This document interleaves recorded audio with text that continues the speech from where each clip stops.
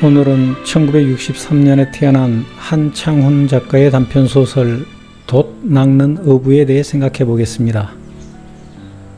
늙은 어부가 돛이라는 커다란 물고기를 낚으러 바다로 나갔고 7년 동안 기다렸던 돛을 낚았다는 줄거리와 희망을 이야기하는 대목은 얼핏 해밍웨이의 소설 노인과 바다를 떠오르게 합니다. 어부의 이웃에 잡녀가 살고 있습니다. 작가는 바닷속에 들어가 해산물을 채취하는 여자를 잡녀라고 부르지만 내가 어렸을 적에 섬마을 우리 집 건넌방에 잠시 살았던 그녀들을 나는 해녀라고 불렀기에 나에게 친근한 해녀라는 용어로 고쳐 부르겠습니다. 아내와 자식들이 차례차례 저 세상으로 가고 나서 그의 옆자리는 언제나 아무도 없었다. 형광등 불빛에 본 해녀는 늙어 있었다. 예전에 근동에 아름답다고 소문났던 이다. 막 피어나던 동백 같던 시절이 있던 여인들을 보며 어부는 흘러간 시간을 떠올렸다. 호랍이 과부로 살아오면서 그들은 아주 가까워질 여건을 갖게 되었지만 정작 그래서 늘 거리를 두고 살아야 했다. 마을이란 사람들의 눈과 귀와 말로 만들어지는 것이었다. 어부의 입장에서 보면 저 여인네가 밥상 차릴 때 수젓가락 한 벌 더 놓는다고 해서 크게 탈될 것은 없지만 마을이란 그게 바로 탈인 곳이어서 그들은 꺼려했으며 남들이 하는 정도의 교리도 조심해가며 지내오던 중이었다. 그러나 바다의 기근이 들고 섬의 사람들이 줄어들자 마을의 형태는 점차 바스라졌고 그만큼씩 둘은 자유스러워졌는데 그러고 보니 둘은 이미 늙어 있었다. 늙은 어부와 과부는 한 배를 타고 바다로 나갑니다. 돛 한번 진짜로 낚아보시오. 낚을 걸시. 꼭 낚아서 동네 사람들 한번 배 터지게 맹글고 말 걸시. 죽은 새끼들한테도 한상 차려줄 걸시. 그라시오. 나야 노상 손가락만한 것 건지러 댕기지만은 인혁도 참말로 한번 낚아보시오. 풍덩. 해녀는 물속으로 들어갔다. 곧이어 휘우 휘파람 소리가 들렸고 그 소리는 조금씩 멀어졌다. 닻을 끌어올린 어부는 배가 그 자리쯤으로 떠밀려 가기를 기다렸다가 다시 닻을 놓고 차비를 꺼냈다.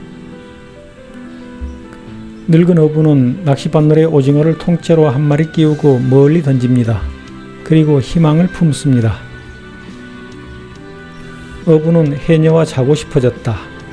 동침을 통해 수태가 될지 안 될지는 모르지만 대신 희망이나 미래라고 불러야 될 어떤 것을 낳고 키우고 싶었다. 말라 비틀어진 몸이지만 혼신의 힘을 다한다면 그 희망이나 미래의 한 토막 정도는 일궈낼 수 있지 않겠는가. 해밍웨이도 노인과 바다에서 이렇게 말했습니다.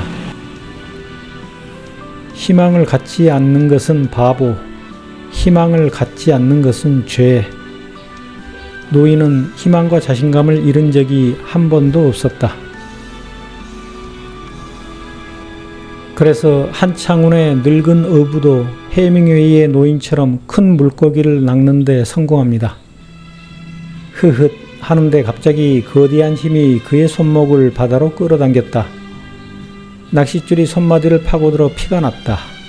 피웅 줄이 울었다. 배는 떠밀리고 그는 감각적으로 알아차렸다. 돛이다. 바다에서 끌어당기는 힘은 그가 지금까지 숱하게 낚았던 그 어느 것보다 훨씬 강했다. 그 정도 힘을 쓰는 놈은 돛밖에 없었다. 드디어 내가 왔구나. 나는 내 놈을 7년이나 기다렸다. 해밍웨이의 노인이 큰 물고기가 씨름하면서 이렇게 말했습니다. 사람이라면 죽을 수는 있을지언정 질 수는 없어. 그리고 비록 상어에게 뜯겨 앙상한 뼈만 남았지만 전리품을 달고 집으로 돌아갑니다. 하지만 한창훈의 늙은 어부는 바다에 빠지고 맙니다. 소설의 마지막 장면은 이러합니다. 어부는 돛을 낚긴 했지만 끌어올리지 못하고 되려 끌려 들어가 죽었다. 해녀가 종일 자맥질로 바다를 뒤졌으나 어부를 찾지 못하고 물속에서 떠다니는 낚싯줄만 찾았다.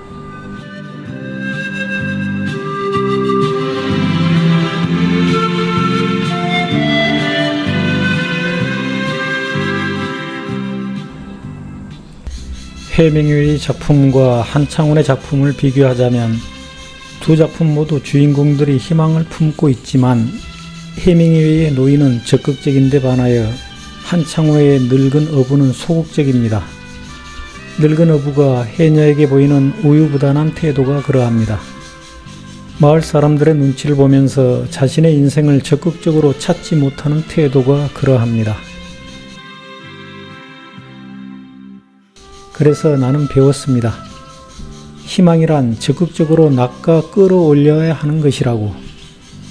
내가 희망을 끌어당기지 못하고 오히려 희망에 끌려다니면 어부처럼 죽게 되는 것이라고.